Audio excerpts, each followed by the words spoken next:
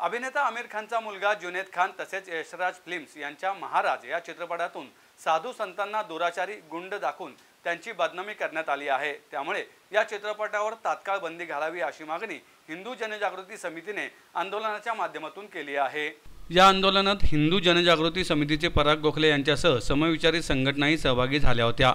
यापूर्वीही आमिर खानच्या पीके चित्रपटातही भगवान शिवांविषयी अपमानास्पद दृश्ये आणि आक्षेपार्ह संवाद दाखवले होते।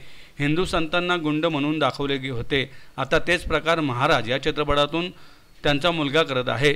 150 वर्षापूर्वी इंग्रजांच्या राजवटीतील एका घटनेवरून आज पुन्हा साधू संत आणि वल्लभ संप्रदाय यांच्याविषयी चुकीचे चित्रण उभे केले जात आहे। या चित्रपटाच्या माध्यमातून देशभर साधू संतांची आणि वल्लभ संप्रदायाची बदनामी करण्याचे षडयंत्र केले जात आहे।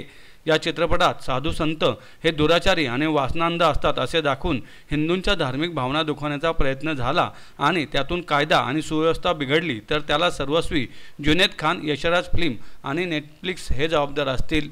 जुनैद खान, आमिर खान, यशराज फिल्म आणि नेटफ्लिक्स हे मदरशांमध्ये मौलवींद्वारे होणारे मुला-मुलींचे लैंगिक शोषण या विषयावर चित्रपट बनवतील का? लहान मुलांची माथी भडकवून त्यांना जिहादी कृत्यांसाठी प्रोत्साहित केले जाते। त्यांच्याकडून आतंकवादी आणि देशविघातक कृत्ये कशी करून घेतली जातात या विषयावर चित्रपट बनवतील का?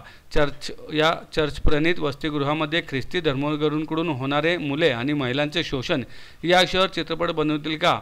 अशा विषयांवर चित्रपट काढण्याचे धाडस बॉलिवूड करणार नाही। मात्र हिंदू संतांना, हिंदू धार्मिक कृत्यांना सहजतेने लक्ष्य केले जात आहे।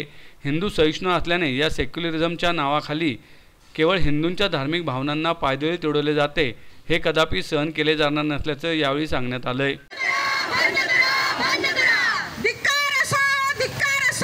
हिंदू देशी सेन्सॉर